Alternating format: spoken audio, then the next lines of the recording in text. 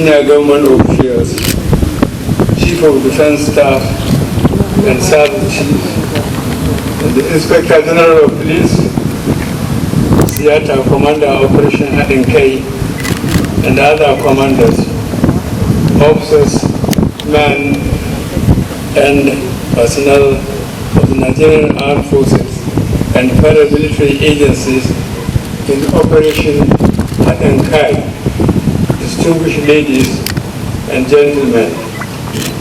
I'm delighted to be with you this afternoon to address you on this official occasion of my official visit to Borno State. I want to seize this opportunity to put it on record that our nation will forever be indebted to you for your patriotic commitment to the defense of our fatherland against insurgency and criminality. I therefore commend you and remember all the personnel who have paid the supreme sacrifice in ensuring that Nigeria remains an indivisible and secure entity. This administration will spare no effort or resources to ensure that the widows and children of our fallen heroes who paid the supreme price in defense of our beloved country are well cared for.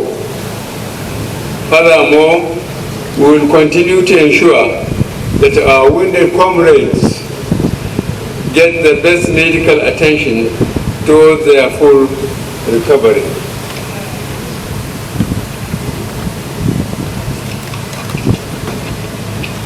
While acknowledging your collective efforts at decimating and degrading the terrorists and reaffirming the inviolable sovereignty of our nation, I also wish to extol your steadfastness and untiring efforts in the face of the difficulties you experience in the theaters of operation. Your collective efforts have resulted in the relative peace being enjoyed in the region today. Under my watch, the armed forces of Nigeria have provided a firm strategy and clear sense of direction to safeguard the sovereignty and territorial integrity of the country. We should not allow our adversaries the opportunity of breathing space to challenge or undermine our national interests and core values. The defense and security agencies should rest assured of the federal government's unalloyed commitment to winning the battle against terror and criminality. I am particularly happy to note the increasing understanding and cooperation within the military, as well as the inter-agency cooperation in the fight against the terrorists and other criminal elements in the Northeast. The outcome of this synergy is evidenced by the successes recorded in the ongoing operation Tura Takai Bongo, which has so far degraded the insurgents' capabilities in the Timbuktu Triangle, Sambisa Forest, and Lake Chad region. I am therefore pleased to acknowledge that the military and other security agencies, including civilian stakeholders, are adhering to the true spirit of Operation Haɗin Kai, which implies jointness, synergy, and cooperation.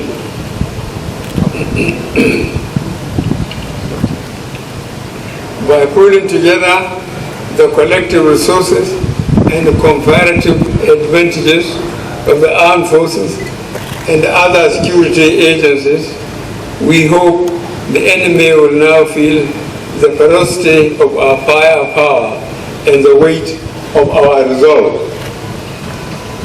Side by side with the efforts of the armed forces and security agencies, this administration is developing a strategy for post-war reconstruction and peacekeeping. Concerted efforts are being made to fast-track reconstruction and development programs in the affected communities in the Northeast. I am hopeful this will lead to the speedy resettlement of displaced persons, as well as the restoration of forbidden community life as the people return to their homes.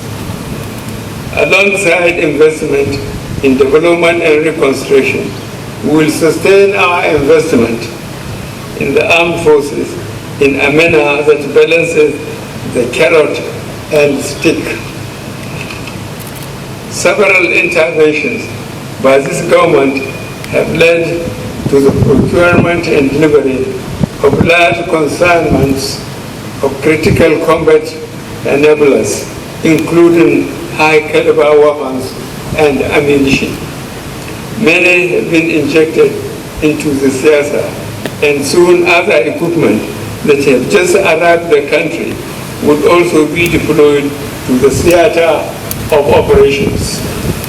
Much more equipment will be procured for the armed forces to cater for both the short and long-term requirements. I would like at this point to also commend the hierarchy of our armed forces for their strategic foresight in ensuring that some of our critical military equipment are fabricated locally. The repairs and maintenance of some of these vital weapons are now being carried out in the country, thereby saving the nation a lot of foreign exchange and also creating jobs for our teeming population. As personnel of our armed forces and security agencies, you must understand that these items of equipment must be put to good use against the terrorists and other criminal elements. There is no room for complacency and no need to be less than 100% alert at all times. As your Commander-in-Chief, I want to assure you that this government will continue to work towards the provision of timely funding for the armed forces and other security agencies. This is intended to boost the prosecution of the ongoing war to a logical conclusion and also to serve our collective interests and well-being. In addition, your welfare is of the utmost importance and concern to this government. I am glad that the gradual rotation of troops in the field has commenced as I directed. I am sure that this will minimize and possibly eliminate battle fatigue as well as enhance troops' morale. I now wish to thank you for your unalloyed loyalty and selfless services towards the defense of our country. Your courage and gallantry will continue to inspire others as they echo into the future. While I commend your resilience, let me remind you that there is still a lot of work to be done to completely restore peace to the Northeast, stem the activities of armed bandits in the Northwest and the North Central, as well as deal with other security challenges across the country. Excuse me.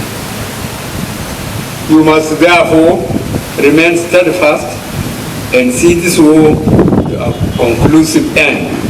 In doing so, you must rely on inter-agency cooperation strengthen your cohesion with the troops of neighboring republics of Cameroon, Chad, and Niger in our collective fight against the terrorists. Under the auspices of the multinational Joint Task Force, this will consolidate our efforts and facilitate the speedy return of peace and stability to the region.